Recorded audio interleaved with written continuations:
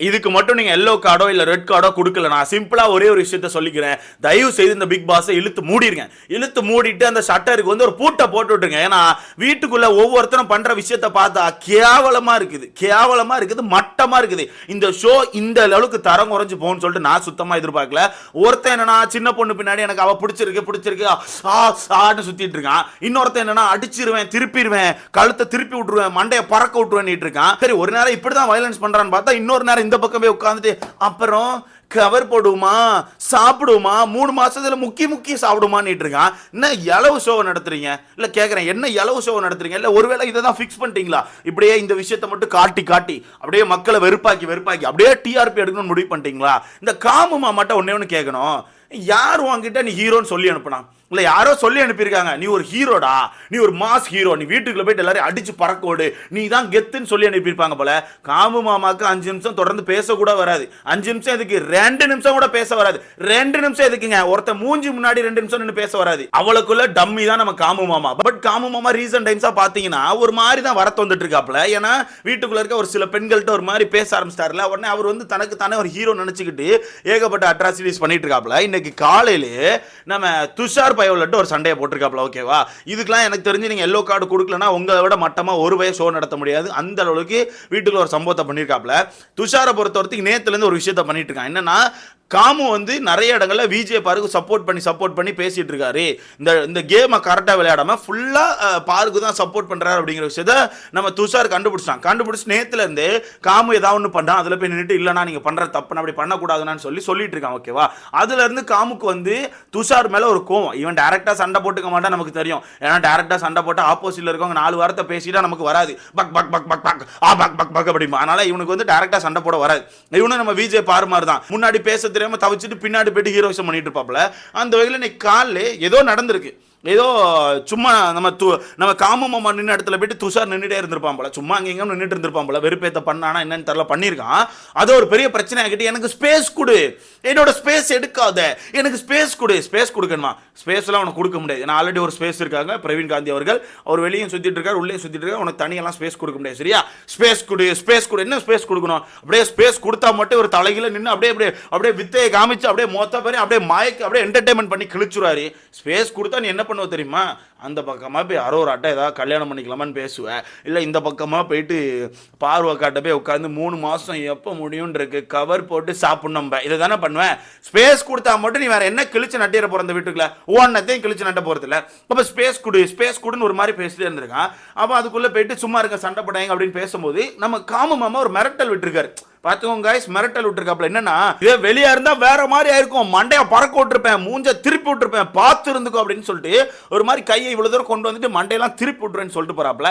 மண்டையை திருப்பி விடுவியா? புரியல. எப்படி மண்டையை திருப்பி விடுவீங்க? அப்படியே தலைவர் வந்து அப்படியே வெளியே 10 பேர் மண்டையை திருப்பி விட்டுருக்காரு. அப்படியே வீட்டுக்குள்ள எல்லாரும் மண்டையை அப்படி திருப்பி விட்டுருவாரு. இல்ல வெளியே வந்தாலும் மண்டையை திருப்பி விட்டுருவாரு. ஏன்டா இப்படி வெட்டி பந்தா பண்ணிட்டு இருக்கீங்க? இல்ல கேட்கறேன், எதுக்கு இந்த வெட்டி பந்தா? 10 நிமிஷம் துஷார் இன்னும் போவோம், பக்கத்துல நின்று பேசினா உனக்கு பேச வராது, பக் பக் பக்கெட்டு கோழி மாதிரி நடந்து போயிருவேன்.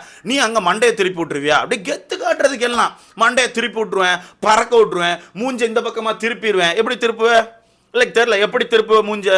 உனக்கு என்னப்பா, நீ காசை இறக்கிட்டு வெளியே பிஆர் டீமை செட் பண்ணிட்டு நல்லா ஓட்டுகளை வாங்கிட்டு வீட்டுக்குள்ள எவ்வளோ நாள் வேணாலும் இருக்கலான்னு சொல்லிட்டு வந்திருக்க. நீ மூஞ்சையும் திருப்புவேன், மண்டையும் பறக்க விடுவேன், எல்லாமே பண்ணுவேன், எல்லாம் பண்ணுவேன். இதுக்கு சப்போர்ட் வேற பண்றாங்க தெரியுமா அந்த சேனல்? நீ எல்லாமே பண்ணுவேன், எல்லாம் பண்ணுவேன். ஆனால் இவர் அந்த இடத்துல மூஞ்சி அப்படி திருப்பிடுவேன்னு சொல்றது என்ன? மிரட்டிட்டு அதுக்கப்புறம் அவன் திருப்பி அந்த இடத்துல என்ன சொல்றான்னா, துஷாரு நான் எதுவுமே பண்ணலக்கா, சும்மா நின்றுட்டு இருக்கேன், எதுக்கு தேவையில்லாம கத்திட்டு இருக்காருன்னே தெரியல, நான் எதுவுமே உன்னை சொல்லவே இல்லைன்னு சொல்லிட்டு துஷார் சொல்றான். உடனே அந்த இடத்துல நம்ம காமு, நான் வேலை செஞ்சிருக்கேன், நான் வேலை செய்யலாம் சொல்லிட்டு இருக்கான். சும்மா என் இடத்துல வந்துருக்கான், எனக்கு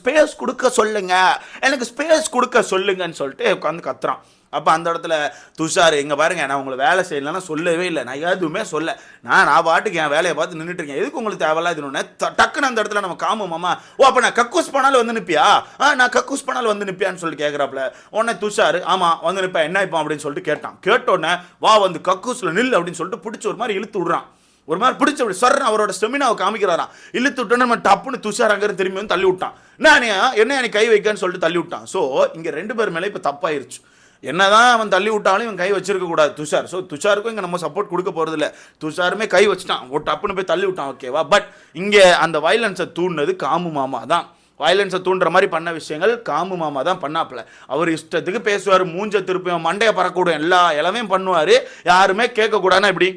அதில் திருப்பி நம்ம துஷார் வந்து தள்ளிட்டு எகிரணுன்னு தலைமை எனக்கு ஸ்பேஸ் விட சொல்லுங்க, எனக்கு ஸ்பேஸ் வேணும் அப்படிங்காரு. என்ன ஸ்பேஸு, என்ன ஸ்பேஸு, என்ன ஸ்பேஸ்? இத்தனை நாள் வீட்டுக்குள்ளே இருந்தல, என்ன ஸ்பேஸ் எடுத்து என்ன யூனிக்காக ஒரு கண்டென்ட் கொடுத்த சொல்லு. உன்னோட கண்டென்ட் ஒன்று இந்த பிக் பாஸ் வீட்டுக்குள்ள யூனிக்காக இருந்துப்பா, காமு மாமா பறக்க விட்டாரு மாதிரி ஒரு கண்டென்ட் சொல்லு. உன்னோட யூனிக்கான கண்டென்ட் 2 சொல்லட்டா. ஒன்று, அரோரா உங்ககிட்ட சண்டையை போட்டு கல்யாணம்லாம் பண்ண மாட்டேன்னு பிரிஞ்சது, அவன்கிட்ட பேச மாட்டேன்னு சொல்லி பிரிஞ்சது. இன்னொன்று, நீ நேற்று வந்து உட்காந்து விஜய் பார்ட் ஒன்று சொன்னியே 3 மாதம் எப்போ முடியும்னு இருக்குன்னு சொன்னது, அது ஒன்று. அதுக்கப்புறம் அன்னைக்கு கவர் போட்டு சாப்பிடணும்னு சொன்னது. இதுதான் உனக்கான யூனிக் கண்டென்ட், இதுதான் உனக்கான கேரக்டர். நீ வேற எதுவும் கிடையாது. நீ வந்து உனக்கு நீனே ஹீரோன்னு நினச்சிக்கிட்டு வேஸ்ட் டெம்மி பாபானி அப்படிங்கிறத புரிஞ்சுக்கணும், ஓகேவா? அந்த வகையில் எல்லாத்தையும் பேசிட்டு அந்த இடத்துல அப்படி கலைஞ்சு போயிட்டு கொஞ்ச நேரம் கழிச்சு பெட்ரூமில் போய் உட்காந்து விஜய் பாருக்கிட்ட உட்காந்து பேசிட்டு இருக்காங்க. விஜய் பாரு உங்களுக்கே தெரியும்ல, அவங்க அதுக்கு மேலே மிகப்பெரிய டம்மி. எல்லாரும் மொத்தமாக இருந்து பேசினா ஏதாச்சும் ஒரே பாயிண்டை வச்சுக்கிட்டு ஓன்னு பேசிட்டு இருப்பாங்க, அதை தாண்டி பேச மாட்டாங்க. அதை தாண்டி நீங்கள் பேச ஆரம்பிச்சிங்கன்னா அந்த இடத்த விட்டு கிளம்பி போயிட்டு எங்கேயா உட்காந்து ஒப்பாரி வச்சுட்டு இருப்பாங்க, எல்லாரும் பிளாக் லிஸ்ட்டில் போட்டுட்டு இருப்பாங்க. அந்த வகையில் இன்னைக்கு நம்ம காமு மாமாவும் அவங்க பேர் என்ன பார்வக்கம் பெட்ரூமில் உட்காந்து பேசிட்டு இருக்காங்க. துஷார்லாம் வேஸ்ட்ரா, அவன் ஒரு அனோயிங்காக பண்ணுறான்டா, அவன் ஏன் இப்படி பண்ணுறான்னு ஒரு மாதிரி இப்படி தான் தொல்லை பண்ணிட்டே இருப்பான்டான்னு சொல்லிட்டு நம்ம விஜய் பாரு சொல்கிறாங்க. அனோயிங்கை பற்றி யார் சொல்கிறாங்க பாருங்க காய்ஸ். அனோயிங் பற்றி பேசுறதுக்கு ஒரு தகுதி வேணுங்க. 24 அந்த வீட்டுக்குள்ளே நோய் பண்ணிட்டு நீங்களாம் அனோயிங் பற்றி பேசலாமா?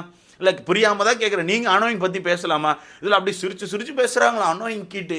ஆனால் ஆமாட்டான்டா, எப்போவுமே இப்படி தாண்டா தொல்லை பண்ணிகிட்டே இருப்பான்டா அப்படின்னு சொல்லிட்டோன்னே 9th ஸ்டூடெண்ட்டாக இருந்தவன் இப்போ 5th ஸ்டூடெண்ட்டாக மாறிட்டான்டா, அவன்லாம் வேஸ்ட்ரான்னு சொல்லி பேசிகிட்டு இருக்காங்க. சூப்பர். அவன் முன்னாடி போய் பேச வேண்டியதானே? நான் என்ன கேட்குறேன், நீங்கள் 2 பேரும் ஹீரோயின் தானே, வீராங்கனை தானே, அவன் முன்னாடி போய் பேசுங்க, அவன் முன்னாடி போய் சண்டை போடுங்க. அது வராது, அது நமக்கு வராது, தெரியாது, பயந்தாங்கொழி, 2மே சரியான பயந்தாங்கொழி. அங்கே போய் பேச வராது. உடனே இதில் காமு மாமா அவன்லாம் ஒன்றும் தங்க மாட்டான், அதெல்லாம் பறத்தி விட்டேன், செஞ்சு விட்டேன், அவெல்லாம் நம்ம பக்கத்தில் நிற்க முடியுமா, என்ன ஓவராக சீன் போட்டுட்ருக்கான், அவெல்லாம் ஒரு ஆளா எனக்குன்னு சொல்லிட்டு பயங்கரமாக சீன் போடுறாரு. இங்கே நான் சேதன்கிட்ட ஒரு கொஸ்டின் வைக்கிறேன். இதே சீசன் 7 அவர் பேர் என்னப்பா, நல்ல ஒரு பேரை, அவர் பேர் என்ன, விஜய்னு சம்திங் ஆரம்பிக்கணும்னு நினைக்கிறேன். சீசன் 7 பிரதீப் ஆண்டனிக்கு ஆப்போசிட்ல ஒருத்தர் பேசினார்ல, ஒரு பேர் டக்குன்னு எனக்கு மறந்து போச்சு காய்ஸ். விஜய் வர்மா அவர்கள் வந்து இதே மாதிரி ஒரு டைலாக் விட்டார். வெளியே இருந்தேன்னா அவ்வளோதான் செஞ்சுருப்பேன், நம்ம பிள்ளைகள்லாம் ஒன்றை வச்சு செஞ்சுருப்பாங்கன்னு சொல்லிட்டு ஒரு டைலாக் விட்டார். கண்டிப்பாக பார்த்துருப்பீங்க. அதுக்கு சாட்டர்டே சண்டே என்ன நடந்துச்சுன்னு உங்களுக்கே தெரியும். சாட்டர்டே சண்டே என்ன நடந்துச்சு உங்களுக்கு தெரியும். எனக்கு தெரிஞ்சு எல்லோ கார்டு கொடுத்தாங்கன்னு நினைக்கிறேன். அந்த மாதிரி இந்த வீட்டில் விஷயம் நடக்குமா நடக்காதா? ஏன்னா அவன் இஷ்டத்துக்கு பண்ணுறான்.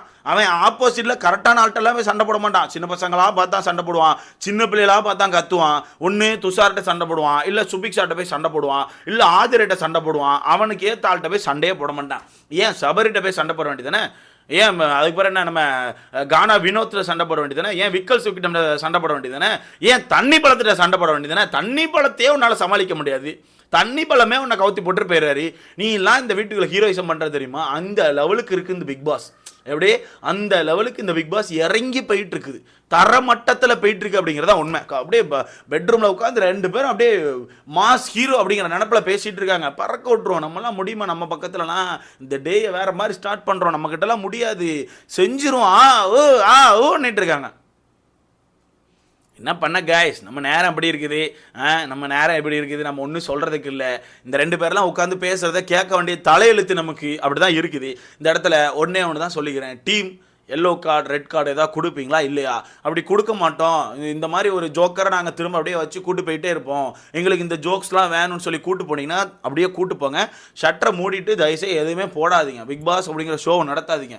ஏன்னா அது எல்லையை தாண்டி எங்கெங்கேயோ போயிட்டுருக்கு. நீங்கள் அதை நடத்தி அவங்க கூட போயிட்டுருக்கீங்க. கன்றாவியாக இருக்குங்கிறதா உண்மை, ரொம்ப கன்றாவியாக போயிட்டுருக்குங்கிறதா உண்மை. இதை பற்றி உங்களுக்கான கருத்துன்னு சொல்லிட்டு மறக்காம கமெண்ட்டில் போடுங்க. திருப்புவனே, நீ திருப்புவ நீ பயங்கரமாக தான், நீ வேறு லெவலில் திருப்பு, எனக்கு தெரியும்.